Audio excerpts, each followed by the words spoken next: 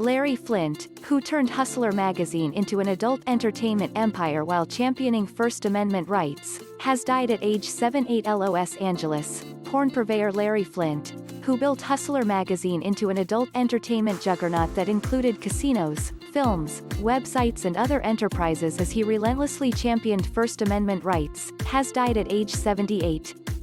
Flynt, who had been in declining health, died Wednesday at Cedars-Sinai Medical Center. His longtime attorney, Paul Cambria, told the Associated Press. He had been paralyzed and nearly killed in a 1986 assassination attempt. He suffered decades of health issues and you can imagine it was pretty difficult, said his nephew Jimmy Flynt Jr. He added, "I loved him and may he rest in peace."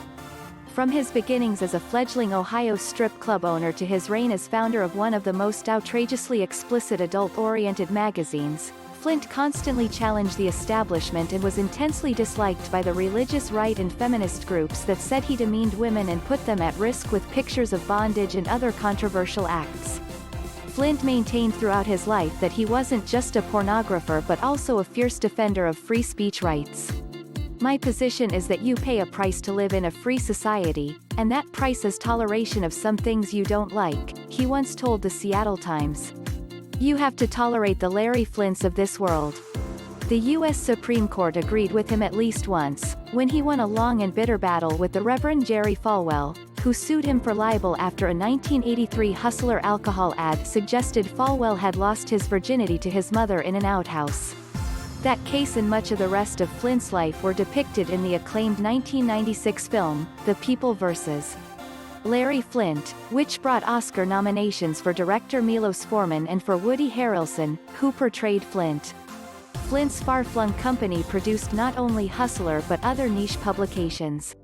He also owned a video production company, scores of websites, 2 Los Angeles area casinos and dozens of Hustler boutiques selling adult-oriented products. He also licensed the Hustler name to independently owned strip clubs. At the time of his death he claimed to have video-on-demand operations in more than 55 countries and more than 30 Hustler Hollywood retail stores throughout the United States. "It's a massive corporation and he started it with nothing," Jimmy Flynt Jr. said. His publishing and financial successes were offset in equal measure by controversies and tragedies. Over the years, Flynt fought battles with drug and alcohol addiction, and his daughter Lisa Flynt Fugate was killed in a car crash in 2014 at age 47. Left paralyzed from the waist down and in unrelenting pain by a March 6, 1978, shooting, Flynt refused to slow down, continuing to build his business for another 44 years.